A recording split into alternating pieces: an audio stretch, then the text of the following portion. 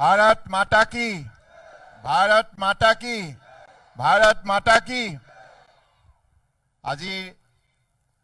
আমাৰ সফলতাৰ প্ৰতিচ্ছবি জনতাৰ সন্মুখত মৰ্যাদা সহকাৰে উপস্থাপন কৰাৰ নিমিত্তে আমাৰ আগন্তুক দিনত অসমৰ বুকুত বসবাস কৰা প্ৰতিটো পৰিয়ালৰ ওচৰলৈ ইয়াক আমাৰ নিষ্ঠাবান কাৰ্যকৰ্তাসকলে কঢ়িয়াই নিয়াৰ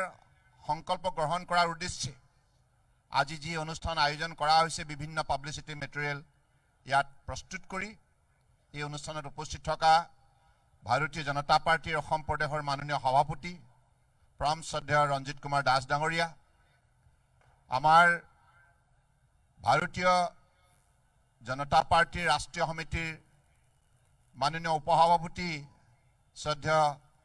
পাণ্ডা ডাঙৰীয়া, আমাৰ মাজত উপস্থিত থকা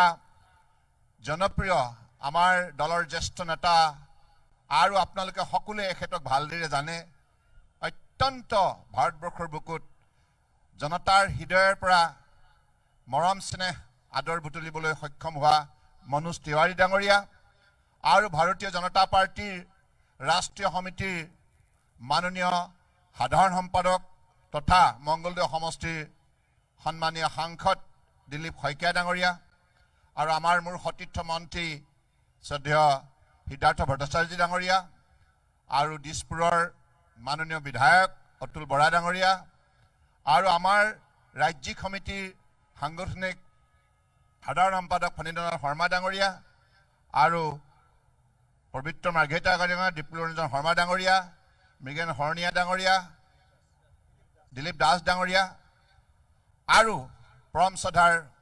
এই সভাত উপস্থিত থকা বিশিষ্ট ব্যক্তিসকল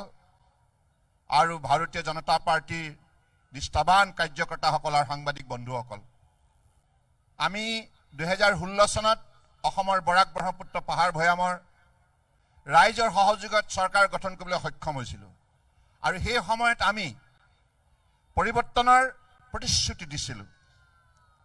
আৰু এতিয়া 5 বছৰ অন্তত জনসাধাৰণে আজি অৰ্থত পৰিৱৰ্তনৰ প্ৰতিচ্ছবি প্ৰত্যক্ষ কৰিবলৈ সক্ষম হ'ল। এইখিনিতে আমাৰ আটাইতকৈ ডাঙৰ আনন্দ, কাৰণ জনসাধাৰণে আমাৰ সুশাসন ব্যৱস্থাৰ পৰা আৰম্ভ কৰি বিভিন্ন কাম কাজত মূল্যবোধৰ প্ৰতিচ্ছবি যেনেধৰণে আমি দাঙি ধৰিবলৈ সক্ষম হ'লোঁ, ইয়াৰ বাবে আজি অসমৰ বুকুত বসবাস কৰা প্ৰতিটো জাতি জনগোষ্ঠীৰ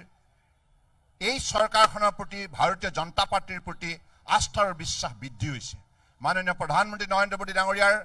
বলিষ্ঠ নেতৃত্বত তেখেতৰ আদৰ মৰম স্নেহ সহযোগিতাৰ ভিত্তিত অসম তথা উত্তৰ পূৰ্বাঞ্চলে উন্নয়নৰ ক্ষেত্ৰত ক্ষিপ্ৰতাৰে আগবাঢ়িবলৈ সক্ষম হৈছে। গতিকে মই আশা ৰাখিম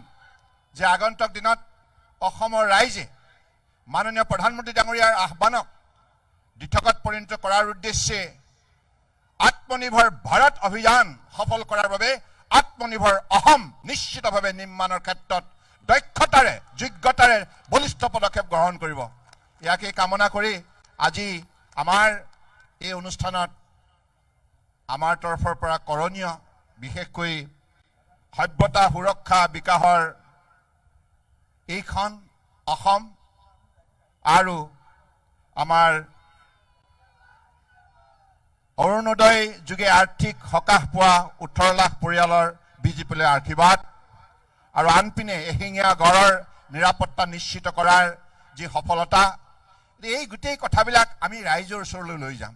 ৰাইজে ইতিমধ্যে এই কথাবিলাক উমান পাইছেই, তথাপিও আমাৰ কৰণীয়, কাৰণ আমি অসমৰ ৰাইজক সন্মান সহকাৰে জীয়াই থকাৰ বাবে আমি সংকল্পবদ্ধ আৰু যোৱা 5 বছৰ এই সন্মান